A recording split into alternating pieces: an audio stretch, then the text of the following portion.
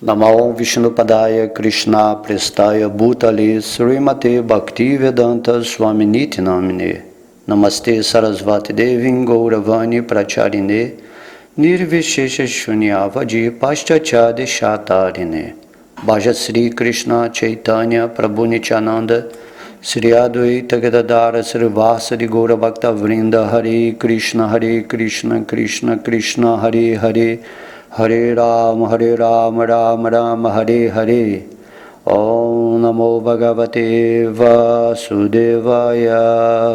Vasudevaya Haribol, todas as glórias aos devotos reunidos. Hoje nessa aula falaremos o capítulo 24 do capítulo do canto 10, intitulado A Adoração da Colina de Govardhana. Então, resumindo esse capítulo, é dito que o Senhor Krishna, para esmagar o orgulho de Indra, proíbe um sacrifício em homenagem a este e em seu lugar inicia o sacrifício em adoração à colina de Govardhana. Ao ver os vaqueiros atarefados na preparação de um sacrifício a Indra, Sri Krishna perguntou ao rei deles, Nanda, o propósito daquilo. Nanda explicou que a chuva dada por Indra possibilita que todas as entidades vivas mantenham suas vidas e, portanto, executar-se-ia este sacrifício para satisfazer-lhe.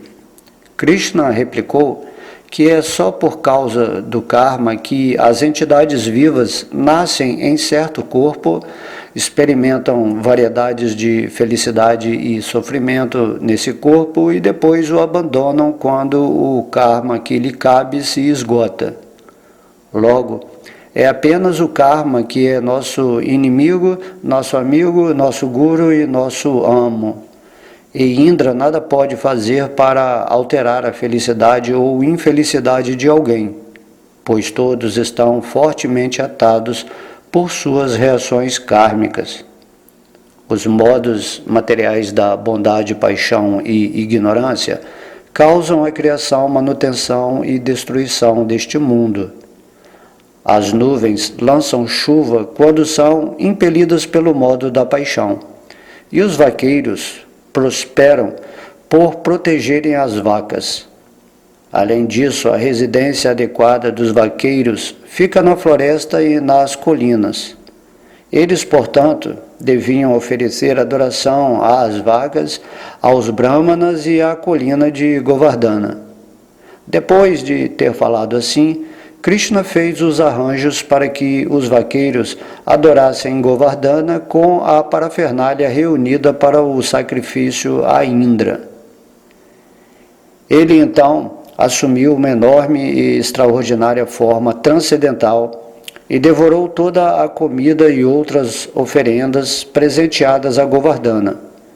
Enquanto fazia isso, ele proclamou à comunidade dos vaqueiros que, embora eles tivessem adorado Indra por tanto tempo, este jamais aparecera em pessoa, ao passo que a própria Govardhana acabara de se manifestar diante de seus olhos e comer as suas oferendas de alimento.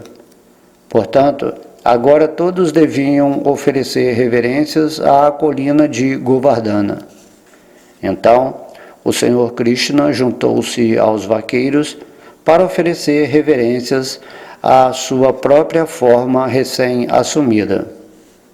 Aqui termina-se o resumo do capítulo 24 e vamos dar início ao verso 1. Shukadeva Goswami disse: enquanto estava naquele mesmo lugar com seu irmão Baladeva, aconteceu que o Senhor Krishna viu os vaqueiros atarefados nos preparativos para um sacrifício a Indra. Por ser a onisciente superalma, o Supremo Senhor Krishna já entendera a situação. Ainda assim, ele humildemente indagou dos mais velhos, liderados por seu pai, Nanda Maharaja, o seguinte: Meu querido pai, tenha a bondade de me explicar que vem a ser este grande esforço vosso, que visa ele obter. Se é um sacrifício ritualístico, então destina-se a satisfazer a quem e de que maneira será executado? Por favor, explica-me tudo isso, ó Pai. Tenho enorme desejo de saber e estou pronto para ouvir de boa fé. De certo, nenhum segredo devem ter as pessoas santas, que veem a todos como iguais a si mesmos, que estão livres do conceito de meu ou alheio e que não consideram quem é amigo, quem é inimigo e quem é neutro. Quem é neutro pode ser evitado tal qual um inimigo, mas um amigo deve ser considerado como o próprio eu. Quando as pessoas neste mundo realizam atividades, às vezes elas compreendem o que estão fazendo e às vezes não. Aqueles que sabem o que estão fazendo alcançam sucesso em seu trabalho, ao passo que os ignorantes não.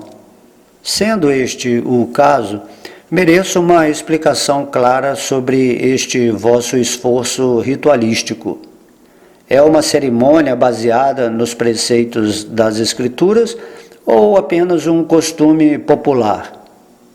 Nanda Maharaj respondeu: o grande senhor Indra é o controlador da chuva. As nuvens são seus representantes pessoais e fornecem diretamente a água da chuva que outorga felicidade e sustento a todas as criaturas. Não só nós, meu querido filho, mas também muitos outros homens adoram a Ele, o Senhor e Mestre das nuvens, que dão chuva. Oferecemos-lhe cereais e outros artigos de adoração produzidos através de sua própria descarga sob a forma de chuva. Mediante a aceitação dos remanentes dos sacrifícios executados para Indra, as pessoas sustentam suas vidas e alcançam as 3 metas da vida, a saber, que é a religiosidade, desenvolvimento econômico e gozo dos sentidos. Dessa maneira, o Senhor Indra é o agente responsável pelo sucesso fruitivo das pessoas diligentes. Este princípio religioso baseia-se em tradição sólida. Qualquer um que o rejeite por luxúria, inimizade, medo ou cobiça, de certo deixará de lograr boa fortuna. Então, Shukadeva Goswami disse: ao ouvir as explicações de seu pai Nanda e de outros residentes mais velhos de Vraja, o Senhor Keshava, Krishna, a fim de despertar ira no Senhor Indra, dirigiu a seu pai as seguintes palavras. O Senhor Krishna disse: é em virtude da força do karma que uma entidade viva nasce, e é só pelo karma que ela se depara com a destruição. Sua felicidade, sofrimento, medo e sentido de segurança surgem todos como efeitos do karma. Mesmo que exista algum controlador supremo que conceda a todo mundo os resultados de suas atividades, ele também deve depender de um executante que se ocupe em atividade. Afinal, fica afastada qualquer hipótese de haver um outorgador dos resultados fruitivos, a não ser que de fato se tenham executadas atividades fruitivas. Os seres vivos neste mundo são forçados a experimentar as consequências de sua própria atividade anterior. Como o Senhor Indra não pode mudar de maneira alguma o destino dos seres humanos, o qual nasce da própria natureza deles, por que deveria adorá-lo? Todo indivíduo está sob o controle de sua própria natureza condicionada. e por isso deve seguir esta natureza. Este universo inteiro, com todos os seus semideuses, demônios e seres humanos, sustenta-se na natureza condicionada das entidades vivas. Porque é o karma que faz com que a entidade viva condicionada aceite e depois abandone diferentes corpos materiais de categoria superior ou inferior. Esse karma é seu inimigo, amigo e testemunha neutra, seu mestre espiritual e senhor controlador. Portanto, todos devem adorar seriamente o trabalho em si, devem permanecer na posição correspondente à sua natureza e devem executar o próprio dever. De fato, aquilo por meio do qual podemos viver bem é, na realidade, nossa deidade adorável. Se algo de fato está sustentando nossa vida, mas nos abrigamos em outra coisa, como podemos conseguir algum benefício verdadeiro? Seríamos como uma mulher infiel que não pode jamais obter algum benefício real por entregar-se a seu amante. O Brahmana se mantém através do estudo e ensino dos Vedas. O membro da ordem real, através da proteção da terra. O Vaishya, através do comércio. E o Shudra, através do serviço às classes superiores dos nascidos duas vezes. Os deveres ocupacionais dos Vaishyas dividem-se em 4: agricultura, comércio, proteção às vacas e empréstimo de dinheiro. Fora isso, nós, como comunidade, sempre nos ocupamos em proteção às vacas. As causas da criação, manutenção e destruição são os 3 modos da natureza, a saber, bondade, paixão e ignorância. Em particular, o modo da paixão cria este universo e, através da combinação sexual, faz com que ele se encha de variedade. Impelidas pelo modo material da paixão, as nuvens derramam suas águas em toda a parte, e com esta chuva todas as criaturas subsistem. Que é que o grande Indra tem a ver com este arranjo? Meu querido pai, nosso lar não fica nas cidades grandes, nem nas aldeias. Por sermos habitantes da floresta, sempre moramos na floresta e nas colinas. Portanto, que se dê início a um sacrifício para o prazer das vacas, dos brahmanas e da colina de Govardhana, com toda a parafernália reunida para adorar a Indra, que se faça em seu lugar este sacrifício.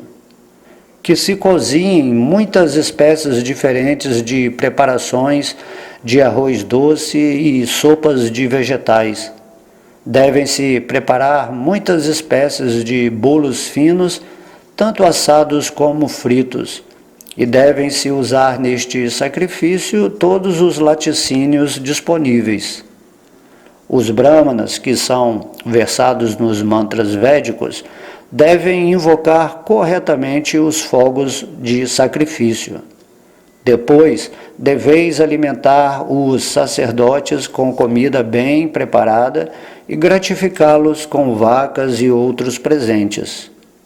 Depois de alimentar de modo conveniente cada um dos presentes, inclusive os comedores de cães, os cães e outras pessoas caídas, deveis dar grama às vacas e então apresentar vossas respeitosas oferendas à colina de Govardhana. Depois que todos estiverem satisfeitos, deveis vos vestir e enfeitar belamente, ungir vossos corpos com pasta de sândalo e então circungirá as vacas, os brahmanas, os fogos de sacrifício e a colina de Govardhana. Esta é minha ideia, ó Pai, e podeis executá-la se vos agradar.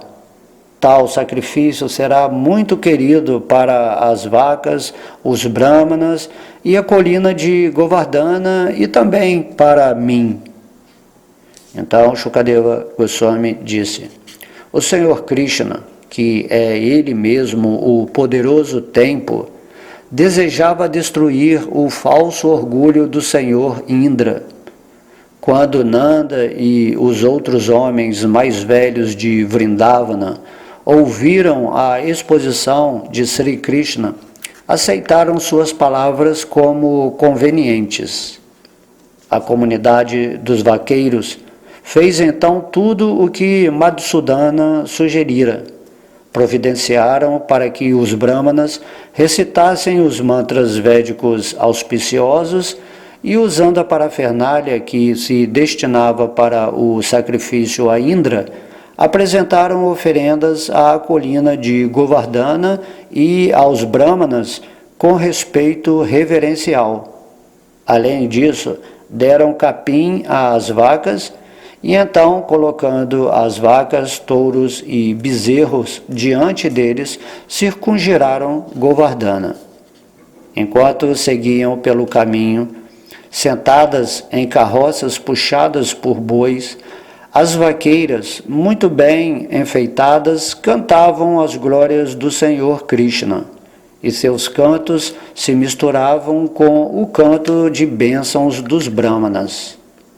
Para incutir fé nos vaqueiros, Krishna então assumiu uma forma imensa, sem precedentes, declarando: eu sou a montanha Govardhana. E ele comeu as abundantes oferendas. Junto com o povo de Vraja, o Senhor prostrou-se diante desta forma da colina de Govardhana e assim de fato ofereceu reverências a si mesmo. Ele então disse: vede só como esta colina apareceu em pessoa e nos concedeu misericórdia. Esta colina de Govardhana, assumindo qualquer forma que desejar, matará quaisquer residentes da floresta que a despreze. Portanto, prestemos-lhe reverências para garantir nossa segurança e a de nossas vacas. Os membros da comunidade pastoril, tendo assim sido inspirados pelo Senhor Vasudeva a executar bem o sacrifício à colina de Govardhana, às vacas e aos brahmanas, retornaram com o Senhor Krishna à aldeia de Vraja. E assim terminamos, mais esse capítulo 24 do canto 10, Adoração da colina de Govardhana. Então, nesse capítulo, basicamente o que temos que saber é que o Senhor Indra, esse semideus, que é o rei dos semideuses e responsável pela chuva, ele estava numa posição muito orgulhosa, de querer receber a adoração dos habitantes de Vraja. Então o Senhor Krishna bolou aqui um plano, e induziu aos habitantes de Vrindavana a realizarem o sacrifício para a colina de Govardhana, para os brahmanas, para as vacas. E dessa forma, ele instigou, vamos dizer assim, o orgulho de Indra, a raiva de Indra, e isso aí vai ser demonstrado no próximo capítulo. E aí ele desenvolveu para seu pai toda a cerimônia e deu os motivos pelos quais não se deveria adorar Indra. De modo que o Senhor Krishna, ele criou, dessa forma, um jeito de desafiar o seu Indra para posteriormente derrotar o seu orgulho, porque Krishna ele sempre está zelando pelos seus devotos. O seu Indra é um devoto de Krishna, mas quando ele sai um pouco de sua posição servil e acha que deve ser adorado, então Krishna vem e ajusta as coisas. E aí ele manifestou, né, essa forma da colina de Govardhana, e até hoje essa colina é adorada pelos devotos, porque Krishna estabeleceu nesse passatempo que a colina deve ser, né, adorada. Então muitas pessoas pegam as pedras dessa colina e levam para casa, e essa pedra é como uma deidade. Eles instalam, né, tem todo um processo de instalar essa deidade, que é como uma pedrinha, né, um seixo da montanha, e fazem a adoração como se fosse uma deidade. Todo mundo pode ter uma deidade em casa instalada com uma pedra da montanha de Govardhana, que Krishna, a partir desse momento, tornou-a como ele mesmo, né? Falando, né, eu sou a montanha de Govardhana. Fazendo assim também, Krishna deu oportunidade para as pessoas terem mais facilidades para adorá-lo através dessa forma de deidade. E aqui a gente vai ver que o que vai se decorrer depois, quando o Senhor Indra, né, soube que o oferecimento da parafernália para ele estava sendo usada para outros, né, para os brahmanas, para as vagas, e o Senhor Indra, né, ele é bem assim nervoso, né? A gente pode ver quando um raio cai assim na terra, é o poder do Senhor Indra, né? Ele é bem bravo. Mas aí Krishna vai desafiar o poder do Senhor Indra, vai colocar ele no seu determinado lugar para entender que a adoração mesmo, de verdade, só pode ser feita aos pés de lótus, né, de Krishna, né? Essa é a verdadeira adoração. Então, vamos aí para o outro capítulo, ok? Então, todas as glórias são Sri Sri Radha Krishna, Gaura Nitai, Srila Prabhupada, o Mahamantra Hare Krishna, todos os devotos reunidos, Haribol.